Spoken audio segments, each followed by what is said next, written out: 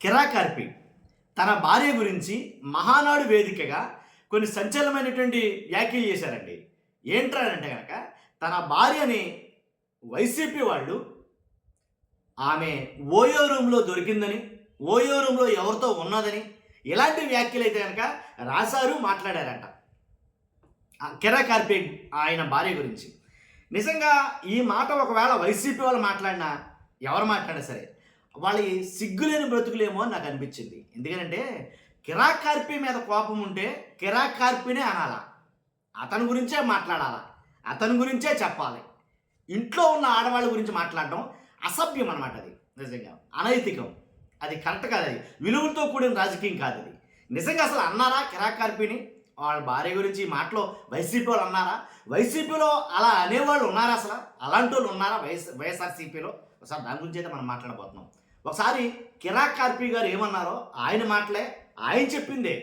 అంటే కొంతమంది మాట్లాడొచ్చు ఏమో రాజకీయంగా మైలేజ్ వస్తుందనో లేదా రాజకీయంగా ఉపయోగపడుతుందనో అన్న మాటలు కూడా కిరాకార్పి అంటున్నాడేమో, లేకపోతే అసలు ఆయన అన్నాడా మాటలో అనేవాళ్ళు ఉంటారు. అందుకోసం నేను ఈ వీడియో పెడతాను. ఫస్ట్ ఈ వీడియో చూడండి, ఆయన అన్నాడో లేదో మీకు క్లారిటీ వస్తుంది. ఖచ్చితంగా వీడియో పెట్టే ముందు రిక్వెస్ట్ ఉంది, రాష్ట్ర ప్రజలందరికీ ఆంధ్రప్రదేశ్లో జరుగుతున్న వాస్తవాలు ఏంటో తెలియాలంటే కనుక మీ బాధ్యతగా మీరు లైక్ చేయండి. మీరు లైక్ చేస్తే ఎక్కువ మందికి ఇన్ఫర్మేషన్ షేర్ అవుతుంది. కొత్తగా మన ఛానల్ చూస్తే పక్కాగా సబ్స్క్రైబ్ చేయండి. మీ అమూల్యమైన అభిప్రాయాన్ని కామెంట్ రూపంలో తెలియజేయండి. మాట్లాడినా అవమానించినా ఏ ఒక్కరూ మన వాళ్ళు సంయమను పాటిస్తున్నారు తప్ప తిరిగి ఆ విధంగా ప్రవర్తించట్లేదు. దానికి ఉదాహరణ నేనే. నా భార్య ఓయోలో దొరికింది, ఏరే వాళ్ళతో ఉంది అని దుష్ప్రచారం చేసి ఆర్టికల్ను చిత్రీకరించి పెడితే నాకు కోపం వచ్చి మాట్లాడదాం అనుకున్నా. కానీ మా నాయకుడు వెనక నుంచి అటు కొట్టాడు. అది మనం చేయకూడదు, అది మన విషయం కాదు. మన పసుపు సైన్యంలో అది లేదు అంటే వెనక్కి తగ్గినటువంటి ఆలోచన నాది. ఇది ప్రత్యక్ష ఉదాహరణ. దీనితో పాటు గ్రామ స్థాయి నుండి, మండల స్థాయి నుండి, జిల్లా స్థాయి నుండి, రాష్ట్ర స్థాయి నుండి, ప్రపంచ స్థాయి వరకు కొన్ని కోట్ల మంది లక్షలాది వాట్సాప్ గ్రూపుల ద్వారా, స్టేటస్ల ద్వారా, యూట్యూబ్, ఫేస్బుక్, ఎక్స్, ఇన్స్టాగ్రామ్, సొంతంగా యూట్యూబ్ ఛానల్ ద్వారా సామాన్య విన్నాం కదా. ఇదే మాటలు ఎవరో టీవీ సాంబా గారు కూడా చెప్పారు ఇదే మాటల గురించి. ఆయన కూడా మాట్లాడాడు. పాము కిరాకార్పి గారి గురించి ఇలా జరిగిందంట. వెంటనే చంద్రబాబు నాయుడు గారు ఆ స్టేజ్ మీద ఉన్నప్పుడు ఆయన్ని పిలిచి ఓదార్చారట. నిజంగా ఎవరు మాట్లాడినా దుర్మార్గమైన మాటలేవి. నిజంగా వైసీపీ వాళ్ళు మాట్లాడారా లేదా అనేది నాకు తెలియదు. వాస్తవంగా అయితే కనుక ఆయన అన్నాడంతే. చాలామందికి తెలియని విషయం ఇది. అయితే ఎవరన్నా అన్నారా, లేదా ఏదైనా వెబ్సైట్లు రాశాయా, లేకపోతే యూట్యూబర్ ఛానల్ ఎవరన్నా అన్నారా, లేకపోతే ఎవరైనా వీడియో మాట్లాడారా అనేది ఆయన క్లియర్గా అయితే చెప్పలా. కిరాకార్పి గారు ఇలా పలానా వాడు అన్నాడు, పలానా వాళ్ళు అన్నారు ఇలాగని క్లియర్గా చెప్పలా. వైసీపీనో మాట అనేసారు అంతే ఆయన. కాబట్టి నన్ను ఇలా అన్నారో, కానీ మా నాయకుడు నన్ను వెనక నుంచి కొట్టాడు అని అనగానే ఆయన ఆశ్చర్యంగా చూశాడు. నేను ఎప్పుడు కొట్టాను రా బాబు అన్నట్టు చంద్రబాబు నాయుడు గారు. కాబట్టి వెనక నుంచి కొట్టి నన్ను నువ్వేం మాట్లాడొద్దు, అసలు నువ్వేం అనొద్దు అని మా నాయకుడు అన్నారు. అన్న వల్ల నేను ఆగిపోయాను. వాస్తవంగా అయితే కనుక అని అన్నాడు. అసలు ఆగింది అక్కడ కిరాకార్పి గారు. ఆ విషయం పక్కన పెడితే కిరాకార్పి అసలు ఎక్కడ ఆగాడు, అసలు ఏ విషయం ఆగాడు, అసలు వైఎస్ఆర్సీపీలో జగన్ గారు మాట్లాడినా ఈయన మాట్లాడతాడు, రోజా గారు మాట్లాడితే ఇంకా చూసుకోవసరం లేదు. ఇంకా మహిళ అన్న విషయం కూడా మర్చిపోయి, రోజా గారి విషయంలో మహిళ అన్న విషయం కూడా మర్చిపోయి చాలా దారుణంగా, చాలా రూడ్గా మాట్లాడతాడు ఈయన. ఎందుకంటే ఆ టైంలో లైఫ్ ఇచ్చారు అని అంటారు. ఇంక అతనే వాడికి కావాలే కానీ ఆయనని.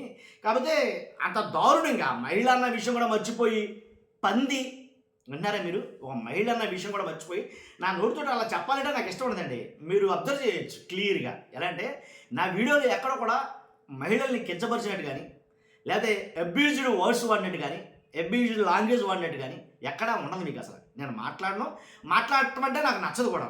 కాబట్టి అలాంటి వ్యాఖ్యలు, అంటే నేను కూడా మాట్లాడలేనటువంటి వ్యాఖ్యలు, అలాంటి బూతులు కిరాకార్పి గారు చాలా సందర్భాల్లో ప్రయోగించాడు ఆయన. అసలు మన మామూలుగా వైసీపీని తిట్టడానికే కిరాకార్పిని పెట్టారా అన్నట్టుగా జరిగింది. అలాంటి కిరాకార్పి ఏంటి, నేను మాట్లాడదామనుకుంటే, బూతులు తిడదామనుకుంటే మా నాయకుడు వద్దన్నాడని ఆగిపోయాడంటే చాలా హాస్యాస్పదంగా ఉంది. ముందు మాట్లాడిన దాన్ని నేను ఖండించాను. ముందు మాట్లాడిన దానికి కిరాకార్పిని నేను సపోర్ట్ చేస్తా. ఎందుకని ఇంట్లో ఆడవాళ్ళ గురించి మాట్లాడితే కనుక కిరాక్ కార్పి వాళ్ళ భార్య గురించి ఎవరు మాట్లాడినా ఇంట్లో ఆడవాళ్ళ గురించి తల్లి నవ్వచ్చు, చెల్లి నవ్వచ్చు, భార్య నవ్వచ్చు, ఎవరి గురించి ఎవరిని ఉద్దేశించి మాట్లాడినా సరే నేను సపోర్ట్ చేస్తా. ఎందుకంటే తప్పు, అది తప్పు. నువ్వు రాజకీయంగా నువ్వు మాట్లాడుతున్నప్పుడు నిన్నే మాట్లాడాలా, నిన్నే టార్గెట్ చేయాలి. ఇంట్లో వాళ్ళు ఏం చేశారు? అపశోభం తెలియదు వాళ్ళకి, రాజకీయం వాళ్ళకి అవసరం లేదు, వాళ్ళ ఇంట్లో వాళ్ళ పత్తాన వాళ్ళు ఉంటారు. అలాంటి వాళ్ళని ఈదులో లాగడమంటే మమ్మాటికి తప్పే. అది వైసీపీ వాళ్ళు చేసినా ఎవరు చేసినా తప్పే, దాంట్లో ఎలాంటి ఒకటి లేదు. నిజంగా వైఎస్ జగన్మోహన్ రెడ్డి గారు రాజకీయం చేస్తున్నాడు, ఆయన మాజీ ముఖ్యమంత్రి చేశారు కాబట్టి ఆయన అనాలని వస్తే ఆయనే అనాలి. ఆయన కూతుర్లు ఏం చేశారు? నా తెలియగడతాను, దుర్మార్గం కదా ఇది. ఆయన భార్య ఏం చేసింది? ఆయన భార్యకి సంబంధం ఎక్కడైనా కనీసం ఎక్కడైనా రాజకీయం గురించి మాట్లాడటం మనం విన్నామా? వినలా. ఆయన భార్య ఏం చేసింది? ఆయన భార్య గురించి ఎంత అసహ్యంగా, ఎంత అసభ్యంగా మాట్లాడారు. పైగా సాదాసీదా మనిషి కాదు ఆయన, సామాన్యుడు కాదు, సగటు మనిషి కాదు, ఒక రాష్ట్రాన్ని పరిపాలించిన ముఖ్యమంత్రి ఆయన, ఒక రాష్ట్రాన్ని పరిపాలించిన ముఖ్యమంత్రి కొడుకు ఆయన ముఖ్యమంత్రి. కానీ అలాంటి వాళ్ళ పట్ల ఎలా మాట్లాడాలి? అదే నేను చెప్పా, జగన్ గారి ఇంట్లో జరిగినా ఆర్పీ ఇంట్లో జరిగినా సరే రెండిట్లకి ఒకేలా స్పందిస్తాను నేను. ఖచ్చితంగా మహిళలు అంటే కనుక మొమ్మాటికి తప్పే. కానీ మనకు మనం అంటే ఎలా అంటే చాప కింద నీరులాగా మన దాకా వస్తే కానీ తెలియదు అన్నట్టుగా ఇదే ఆర్పీ గారు చాలా దారుణంగా, చాలా వ్యంగ్యంగా, చాలా రూడ్గా మాట్లాడిన సందర్భాలు కోకొల్లలు అనమాట. ఏ మహిళ మాట్లాడినా సరే వైఎస్ఆర్సీపీ నుంచి వెంటనే కిరాక్ కార్పి గారు ప్రత్యక్షమవుతాడు. ఆయన మాట్లాడి ఆయన శైలిలో ఇక బూతులే కావచ్చు, అన్ని కావచ్చు, మిక్స్ చేసి కొట్టేస్తాడు. ఇక తర్వాత రాజకీయ నాయకుడు కొడాలి నాన్నగారు కావచ్చు, ఇంకా వైఎస్ఆర్సీపీలో ఎవరు మాట్లాడినా ఫస్ట్ మాట్లాడేది కిరాక్ కార్పినే, ఆయనే మాట్లాడతాడు. ఇక అన్నీ ఇక మిక్స్డ్ అనమాట, బూతులు గీతులు అన్నీ. ఇక అదే అన్నాను నేను, ఇది కసి కదా మొమ్మాటికి తప్పే. కిరాక్ కార్పి గారి విషయంలో జరిగింది అయితే కనుక తప్పే. ఒక్కసారి సాంబా గారు కూడా దీని గురించి ఆయన అభిప్రాయం తెలియజేశారు. ఆయన అభిప్రాయం కూడా ఉందాం ఖచ్చితంగా విన్న తర్వాత మీ అభిప్రాయం తెలియజేయండి. ఫస్ట్ అయితే లైక్ చేయండి. Thank you very much. అధికారంలోకి వచ్చారు, ఏమన్నా సుఖపడుతున్నారా? అధికారంలోకి వచ్చి తెలుగుదేశం పార్టీ ఏమన్నా సుఖపడుతుందా? కార్యకర్తలు మళ్ళీ పోరాడుతున్నారు, వైసీపీ మీద మళ్ళీ పోరాడుతున్నారు, ఆ సోషల్ మీడియా మీద మళ్ళీ పోరాడుతున్నారు. ఇప్పుడే కిరాక్ కార్పి మాట్లాడుతుంటున్నాను, వారి భార్య ఓయో రూమ్లో దొరికిందని రాశారట. ఆయనే మైక్లో చెప్పారు.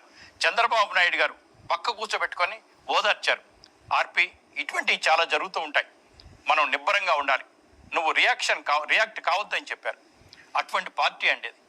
అక్కడి నుంచి వాళ్ళ లోకేష్ గారికి ట్రాన్స్ఫర్ అవుతోంది పార్టీ.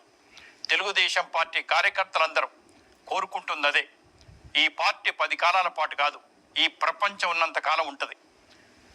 తాత, నాన్న, మనవడు పదిలంగా లోకేష్ గారి చేతిలో ఈ పార్టీ 10 కాలాల పాటు అందరి మనల్ని పొందుతుంది, అంతకన్నా ఘనతకెక్కుతుంది.